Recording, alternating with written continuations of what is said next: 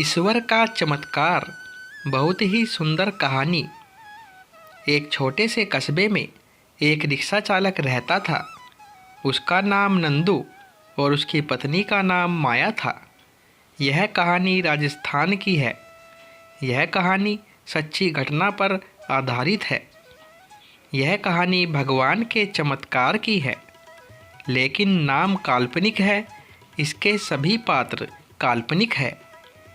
नंदू बहुत ही नेक दिल इंसान था। वह रोज ऑटो रिक्शा लेकर जाता और लोगों को उनके घर पहुंचा आता। उसका व्यवहार एक छोटे बच्चे से लेकर बड़े बुजुर्गों सभी व्यक्तियों से बहुत ही अच्छा था। अपने मधुर व्यवहार के कारण लोग उसे पहचानने लग गए थे। रात के 1 बजे भी किसी ने अगर आवश्यक कार्य से बाहर जाना होता तो वह बेचारा 1 बजे भी उठ जाता। किसी भी लोगों को मना करने की उसकी आदत नहीं थी। महिलाएं रात के समय भी उस ऑटो रिक्शा चालक की ऑटो में बिना संकोच बैठ जाती थी। वह था इतना नेक दिल इंसान। सभी गांव के लोग उसको बहुत ही प्यार करते थे। उसकी 3 बेटियां थी, चांदनी, अंकिता और तनु। वह सभी पढ़ाई कर रही थी। एक बड़ी बेटी तो पढ़ाई कर चुकी थी। उसने अपनी बेटी को 12वीं कक्षा तक पढ़ा दिया था। बाकी दोनों बेटियां शिक्षा ग्रहण कर रही थी। उसने अपनी बड़ी बेटी की शादी तय कर दी थी। भगवान का दिया उसके पास गुजारे लायक काफ़ी था। ऑटो रिक्शा चालक ने अपनी बेटी का विवाह एक अच्छे परिवार में तय कर दिया था। उसके ससुराल वालों ने शादी की तारीख निश्चित कर दी थी। ऑटो रिक्शा चालक ने रात दिन मेहनत करके अपनी बेटी की शादी के रुपये जुटाए थे। उसने अपनी बेटी के गहने, कपड़े और शादी का सारा सामान खरीद लिया था। वह अपनी बेटी की शादी का इंतजार कर रहा था। वह एक दिन भगवान के मंदिर में पूजा करने चला गया था। वह मंदिर में पूजा कर कहने लगा कि हे भगवान, मेरी बेटी की शादी जल्दी ही होने जा रही है। अपनी बेटी की शादी का सामान खरीदने में मुझे कभी कोई कमी नहीं आई। आपकी दया से सब कुछ ठीक चल रहा है। सारा सामान भी आ गया है। खाने पीने का सारा सामान भी आ चुका है। शादी के 2-3 दिन रह गए थे। अपनी बेटी के पास जाकर बोला, मेरे पास देने के लिए ज़्यादा तो कुछ नहीं। मैंने तुम्हारे लिए थोड़े से गहने भी बनवा दिए हैं। तुम्हारी दोनों बहनों के हाथ भी पीले करने हैं। तुम्हारा हाथ एक अच्छे परिवार में दे रहा हूँ। लड़का अच्छी नौकरी करता है। तुम्हें वहाँ पर कोई भी कमी नहीं रहेगी। बेटी लड़की तो पराया धन होता है। उसे तो एक न एक दिन ससुराल जाना ही पड़ता है। बेटा, निराश ना हो। आज मैं तुम्हें एक शिक्षा दे रहा हूँ। अपने ससुराल में बड़ों का सम्मान करना, अपने सास ससुर की खूब सेवा करना। मैं तुम्हें यह सीख दे रहा हूँ, बड़ों की आज्ञा का पालन करना। अपने सास ससुर को ही अपने माता पिता समझना। तुम्हें मैंने 12वीं तक की शिक्षा दी है और सिलाई भी सिखा दी है। तुम्हारे ससुराल वाले अगर तुम्हें नौकरी करने देंगे तो करना, वरना नहीं। हमारी मान मर्यादा का ख्याल रखना बेटा। लड़की ससुराल में अपने सद्गुणों से सभी को अपना बना लेती है। सास ससुर तुझे डांट डपट करे तो सोच लेना, तुम्हें तुम्हारे अपने माता पिता डांट रहे हैं। मेरी इज्जत का सम्मान करना। अपनी बेटी को समझाने लग गया था। समझाते समझाते उसकी आंखों में आंसू आ गए थे। घर में शादी का माहौल था। घर में रिश्तेदारों का तांता लग गया था। दिन को सभी लोग आ जाते थे। किसी को क्या पता था कि होनी तो कोई और ही खेल खेल रही थी।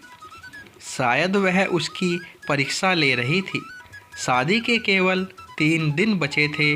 रात को ऑटो रिक्शा चालक के घर में भयंकर आग लग गई। सभी लोग सो रहे थे। रात को उनका सारा घर आग की चपेट में था। उनकी घर की छोटी बेटी अंकिता पानी पीने के लिए उठी। उसने देखा चारों ओर धुआं ही धुआं था। उसने दौड़कर अपने माता पिता को जगाया। तीनों बेटियां चिल्लाने लगी, आग आग, कोई हमें बचाओ। बड़ी मुश्किल से रिक्शा चालक ने पिछली बालकनी से जाकर एक डंडे के सहारे बालकनी से निकलने की कोशिश की। घर के सभी सदस्य बाल बाल बचे, लेकिन घर का सारा सामान आग की लपटों में खाक का हो गया था। शादी का सारा सामान जलकर नष्ट हो गया था। चांदनी भी बेहोश हो गई थी। दोनों बहनें भी चक्कर खाकर गिर पड़ी थी। चांदनी को थोड़ा थोड़ा होश था। लोगों ने उन सबको बड़ी मुश्किल से बाहर निकाला।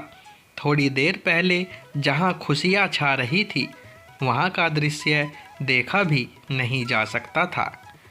जो भी देखता उसकी आंखों से आंसू निकलते। बेचारा अब क्या करेगा, बिना शादी के ही बेटी रहेगी। दूल्हा तो अब उसे ब्याहने से रहा। कुछ लोग तरह तरह की बातें करते, जितने मुंह उतनी बातें।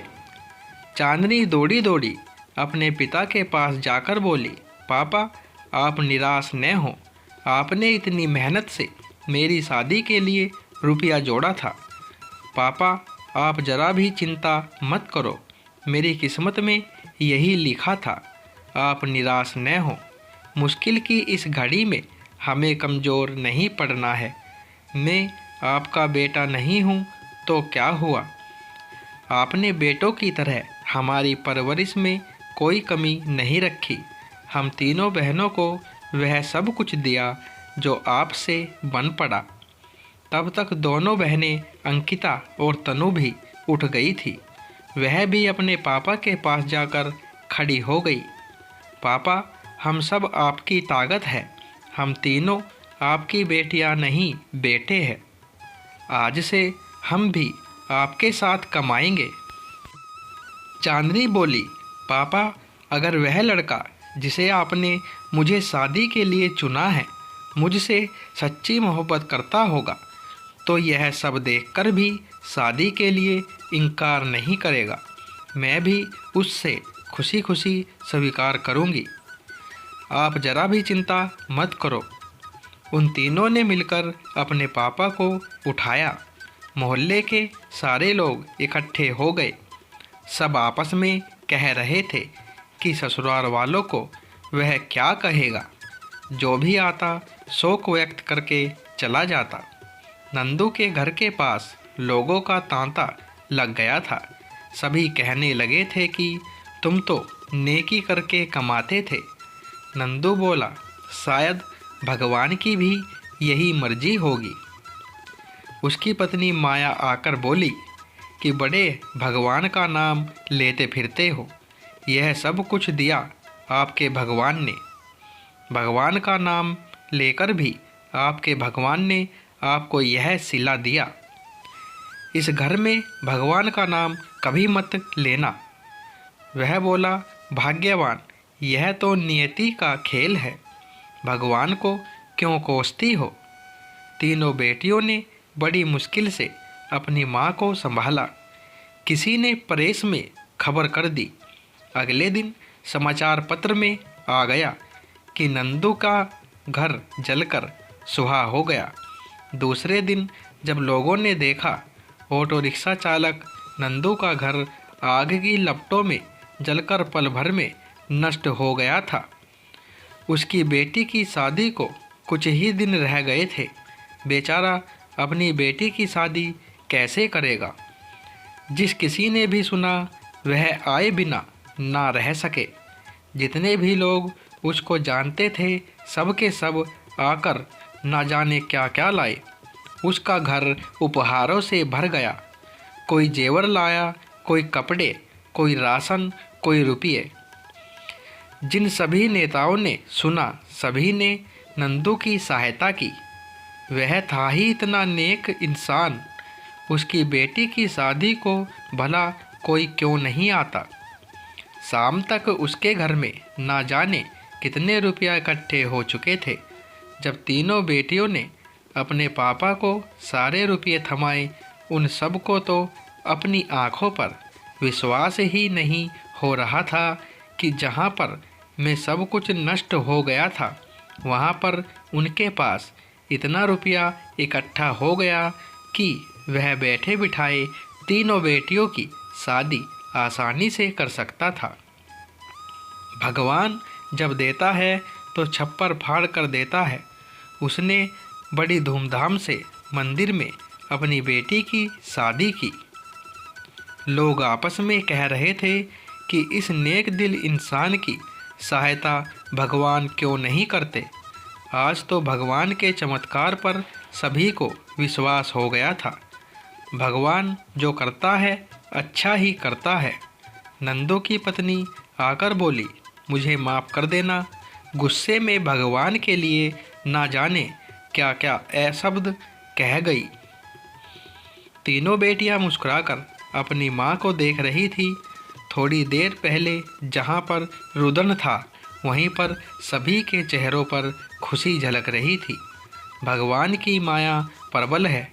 वह इंसान की कड़ी से कड़ी परीक्षा लेने में कोई कसर नहीं छोड़ता।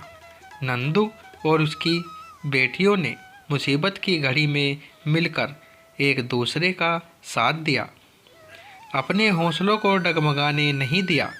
उसकी बेटियों ने एक बेटे की तरह अपने पिता के विश्वास को ठेस नहीं पहुंचने दी। भगवान ने रातों रात छप्पर फाड़कर उसकी सहायता की। वह बोला, इतने रुपये इकट्ठे हो गए हैं कि जिससे मैं तुम तीनों की शादी भी आसानी से कर सकता हूँ। दोस्तों, कहानी पसंद आई हो तो वीडियो को लाइक करें, शेयर करें और चैनल को सब्सक्राइब करें। धन्यवाद दोस्तों।